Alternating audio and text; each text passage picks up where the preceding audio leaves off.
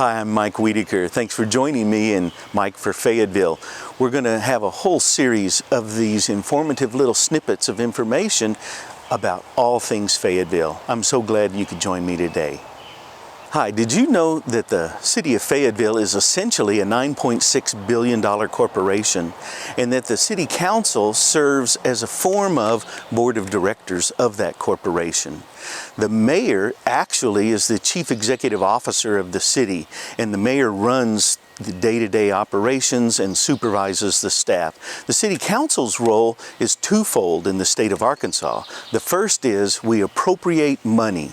So we have a budget, but that money can't be spent until we actually appropriate it for individual uses. The second thing the city council does is set policy, and that's in the form of ordinances where we pass legislation that guides what can and cannot be done in the community. So that in a nutshell is the role of the city council.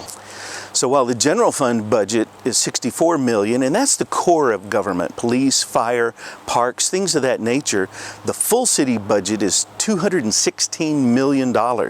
And of that, 41% comes from sales tax, while 42% comes from charges for services.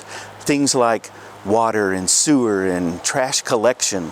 The good news is we have our own water system and our own refuse system and our own wastewater treatment system. Those are businesses, and that equals $91 million in our budget.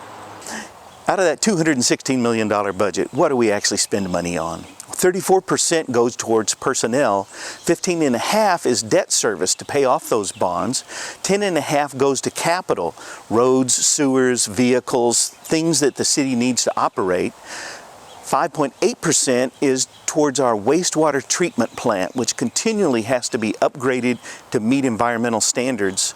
Almost 5.5% is actually just purchasing water from the Beaver Water District, and then a little over 4% is for fuel. Now that doesn't add up to 100%, but those are the big ticket items out of that budget.